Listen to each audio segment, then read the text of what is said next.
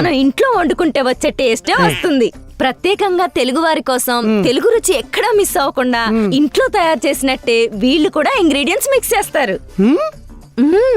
మసాలాల్లో garam masala, biryani masala, chicken masala, meat masala, fish masala, ఇలా veg and non veg లో అన్ని మసాలాలు, పొడుల్లో సాంబార్ పౌడర్, రసం పౌడర్, పల్లి పౌడర్, ఇలా అన్ని రకాల పొడులు, ఇక పేస్టుల్లో అల్లం వెల్లుల్లి, పులిహోర పేస్టు, చింతపండు పేస్టు, ఇలా ఈజీ మిక్స్ పేస్ట్లు అన్నీ వీళ్ళ దగ్గర దొరుకుతాయి.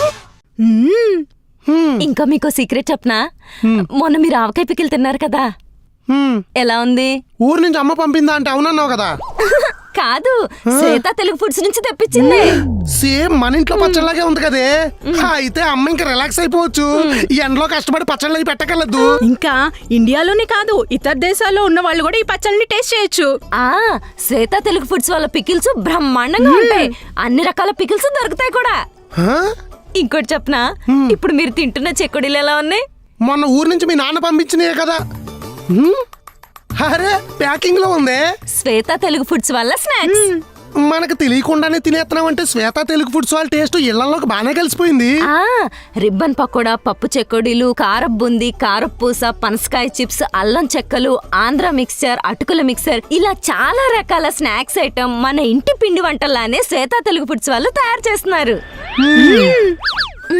శ్వేత తెలుగు ఫుడ్స్ వాళ్ళు 45 సంవత్సరాల నుంచి చెక్కు చెదని నాణ్యతతో వరల్డ్ వైడ్ 25 లొకేషన్లలో యుఎస్ నుండి ఎక్స్పాండ్ అవుతూ తెలుగు వారికి తెలుగు రుచిని అందించడంలో 24/7 అందుబాటులో ఉంటున్నారు. అందుకేనా ఇంటికి ఎంతమంది గెస్ట్లు వస్తారో రానివ్వండి, అందరికీ వండి పెట్టేస్తానని ఎంత ధైర్యంగా చెప్తున్నావు? అంతా శ్వేత తెలుగు ఫుడ్స్ వారి చలవ. నాకు డౌట్, నువ్వు రోజు వంట చేస్తున్నావా లేకపోతే ఇలాగే? మరి అందుకే సీక్రెట్ ని సీక్రెట్ లో ఉంచాలంటారు. చెప్తే ఇలాగే డౌట్లు వచ్చేస్తుంటాయి. నువ్వు ఇంకా ఇక్కడే ఉంటావంటే నీ బెడ్రూమ్ లోకి వెళ్ళవా? వెళ్తాలే అక్క. ఇది ఇలా ఎందుకు వెళ్తది? తాళగాడిచుకున్నా కాదు. అమ్మని ఏమా పట్టుపోయిందా? అయ్యో టైం అయిపోతుంది.